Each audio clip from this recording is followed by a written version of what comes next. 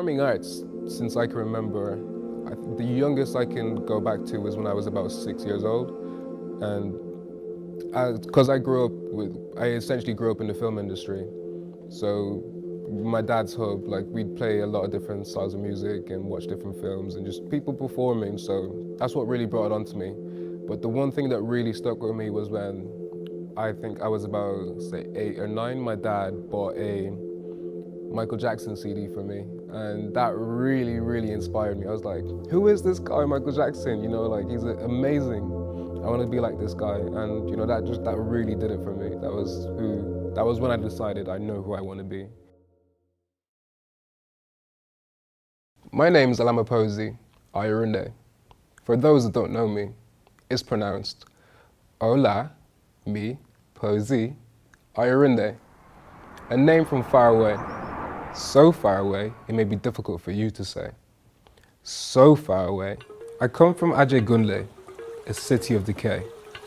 Decades of pollution and streets full of waste meant that my parents couldn't stay. So we decided to move to a beautiful island, which goes by the name of Ireland. Growing up, the clouds always seemed so grey. And in the summer, oh God, did it rain. But hey, it sounded quite funny when they tried to say my name. Olamiposi Ayurunde. What kind of name is that? So, they decided to give me a new name. Black Junior is who I became. And this is the story of my claim to fame.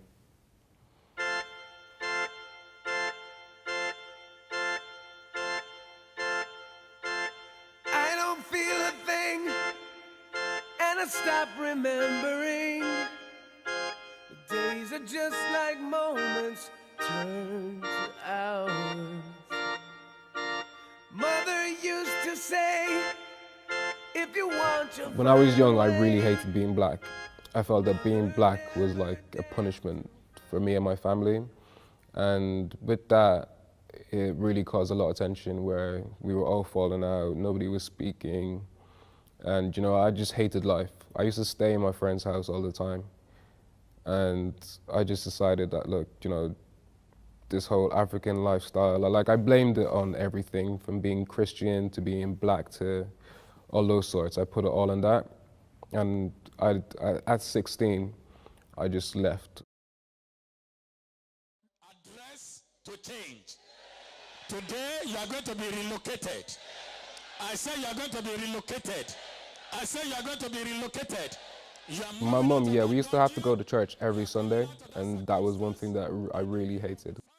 Church community was not really my sort of place. It was full of energy, very, very energetic.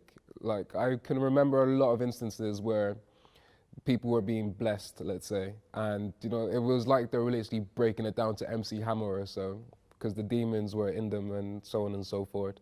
But it was never really a thing for me. I was always more down to, I'd like to think I'm quite laid back. So watching all this, it really kind of, I'd like to say it was part of my inspiration to be an actor and a bit crazy, because that's what I felt people were always like. Mullingar, which is where my family lives at the moment. Mullingar is an interesting place. We faced a lot of issues, like a lot of racism. I've seen my dad get beat up a few times. But then at the same time, I faced a lot of good people too, so. One thing I never ever forget, after having a fight in school, my dad said to me, if anybody ever gives you trouble, the first thing you should do is pick up a chair. Not pick up a chair, is pick up the closest thing to you and hit them with it. And I know myself now that's wrong. And to be honest, if I ever said that back to my dad, he'd tell me that's not a thing to do. But I guess at that time, that's how he felt.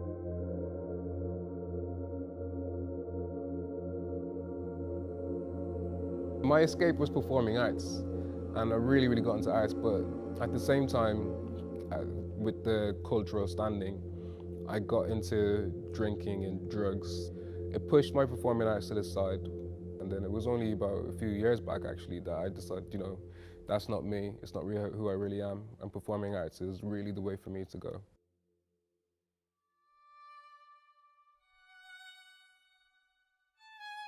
So from university, I gained really, it's just communication and understanding and compassion.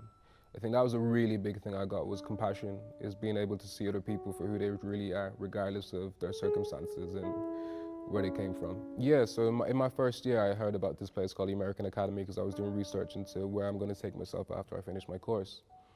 And I applied for it, and I looked into it, and it's actually one of the most prestigious schools in America for acting. I was incredibly nervous because I procrastinated a lot towards it because I kept telling myself, oh shit, okay, I'm not gonna do this, I'm not gonna do this, I'm not gonna do this. But I managed to build the courage in myself to, just fuck it, just literally get myself together, just learn the monologues as much as I possibly can and get through it. So I heard back about a month or so later in the post where it said, congratulations, you have been accepted into the American Academy. It was an amazing feeling. That was it. I felt like I could do anything. I could believe myself, and all it takes is really to just go for what you want. It's ineffable. I moved to Bristol to save up for my scholarship, which I felt would be really, really easy, but it hasn't been so far. I was like, okay, so, I've got this. I've got 1 year to go. I'm gonna save money. Bristol is seems to be the easiest place to relocate to because it's quite a creative city. And on top of that, it's not too far from home. So it just fit perfectly. I couldn't support myself. And, just more and more things kept going on. And in the end, it kind of fell apart.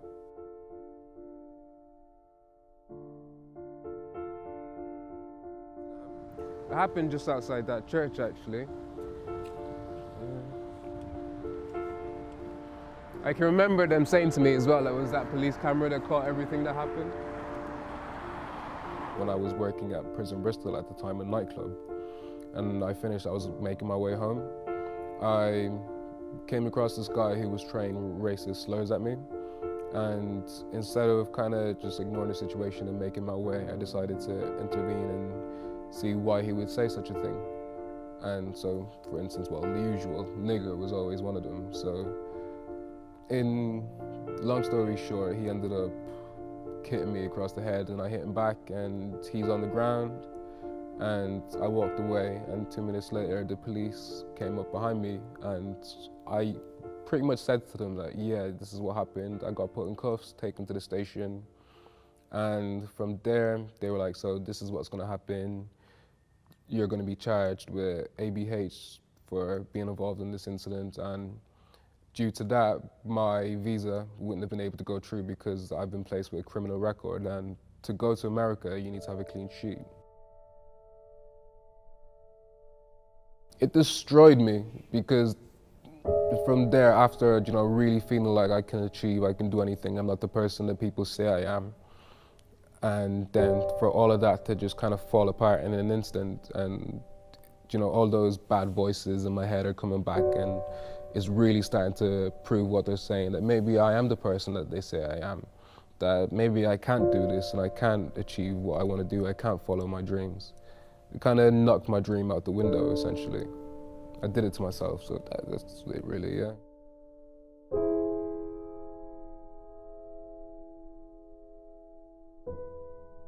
A good thing is I'm coming back out of it again now, really, really turning myself around again. And it's an experience, it's life. These things are inevitable. Good things and bad things will happen, but at the end of the day, it's what you make of the situation. And if you want to go forward, then you still can. And you just believe in yourself and you go. As I said, from the beginning, dance it's who I am, it's what I want to see, it's what I want to do. And I've expanded that to, take in all forms of art. So I want to go not just to dance, but to sing, to act, to perform, just everything, just expression, being constructive instead of destructive. I guess times are changing, things are getting better.